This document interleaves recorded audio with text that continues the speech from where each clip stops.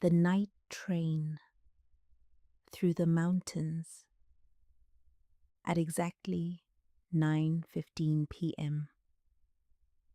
The Silver Pine Express departed from Union Station. The train wasn't famous. It wasn't fast. And according to most travel websites, there were much quicker ways to reach the small mountain towns scattered across the northern states. But that was precisely why some people still chose to ride it. The Silver Pine Express did not rush. It moved slowly, deliberately, as if it believed that getting somewhere was less important than the journey itself. On a cool evening in early October, Oliver boarded the train carrying a small suitcase and a paperback novel he had already tried and failed to read 3 times. He wasn't traveling for work. He wasn't traveling for a vacation. In fact, he wasn't entirely sure why he had booked the trip. A few weeks earlier, he had simply looked at a map, seen the route winding through mountains and forests, and bought a ticket. Sometimes, he thought, that was reason enough. He found his seat near the back of the observation car. Large windows stretched from waist height nearly to the ceiling. Outside, the city lights flickered in the darkness. Inside, soft yellow lamps cast a warm glow over the passengers. There weren't many of them. An older couple sat quietly playing cards. A woman in a green sweater was knitting. Someone farther down the car was already asleep beneath a blanket. The conductor walked through with a smile. "First time on the Silver Pine?" he asked. Oliver nodded. "It shows." "How?" "You still look like you're trying to get somewhere." The conductor laughed softly and continued down the aisle. Oliver smiled. Then he settled into a seat and watched the city disappear behind them. For the first hour, the train passed through suburbs and small towns.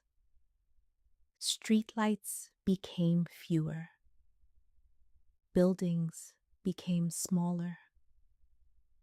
Eventually, there were only fields and darkness.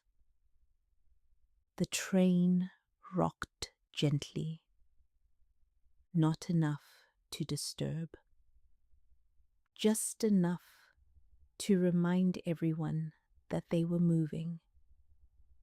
A server appeared with a cart. "Tea?" she asked. "What kind?" "Tonight, chamomile, peppermint, or mountain berry?" Oliver chose mountain berry. The tea arrived in a real ceramic cup. Not paper, not plastic. He appreciated that. Outside the window, the moon rose over distant hills. The sky was perfectly clear. As the train climbed higher into the mountains, something unusual happened. Nobody spoke. Not because they were unfriendly, not because they were tired, because the silence itself felt valuable. The kind of silence people rarely find anymore. The kind that doesn't ask anything from you.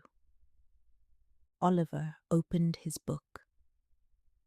He read 2 pages. Then he looked back out the window. The mountains were visible now. Dark shapes beneath a sky filled with stars. He closed the book. Some views, he decided, deserved your full attention. Around midnight, the train slowed. Not because there was a station, because there was a bridge. The conductor's voice came softly over the speaker. Folks, we're crossing Raven Valley Bridge. If you're awake, this is a nice one. Several passengers lifted their heads. The older couple stopped their card game. The woman put down her knitting. Everyone looked outside. The bridge stretched across a vast valley.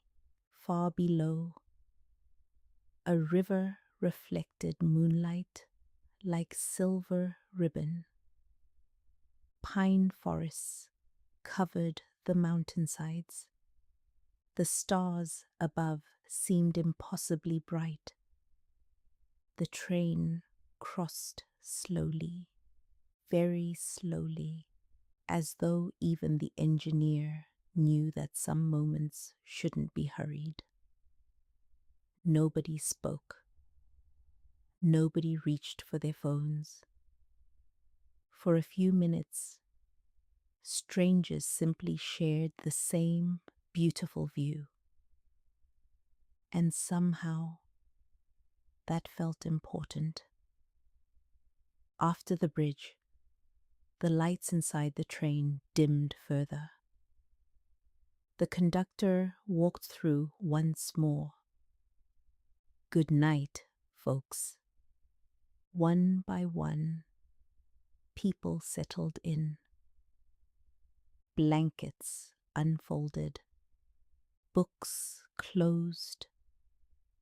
Eyes drifted shut. Oliver remained awake. Not because he couldn't sleep, because he didn't want the night to end. He rested his head against the cool window. Outside, pine trees passed silently, then mountains, then open sky. Eventually, he realized he couldn't remember the last time he had done absolutely nothing. No productivity, no goals, no plans, no need to improve himself. Just sitting, just breathing, just existing. The train continued through the darkness. Sometime after 2 in the morning, he finally closed his eyes. The gentle rhythm of wheels on tracks carried him into sleep. He dreamed of forests, of stars, of rivers beneath moonlight, and when he woke, pale morning sunlight filled the train car. Snow covered the mountain tops outside. Mist drifted through valleys. The older couple were sharing coffee. The woman in the green sweater had fallen asleep with her knitting still in her lap. Everything felt softer somehow. The conductor appeared again.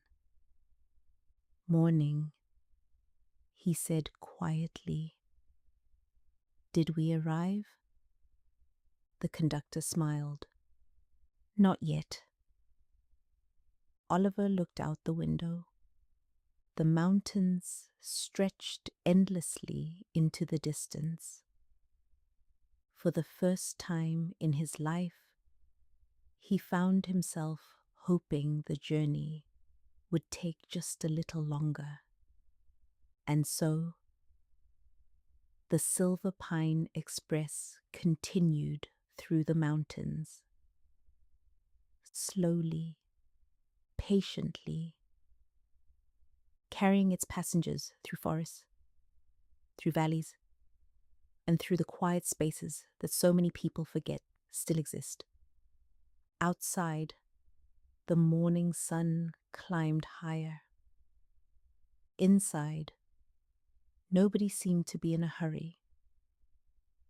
And perhaps, Oliver thought, that was the whole point.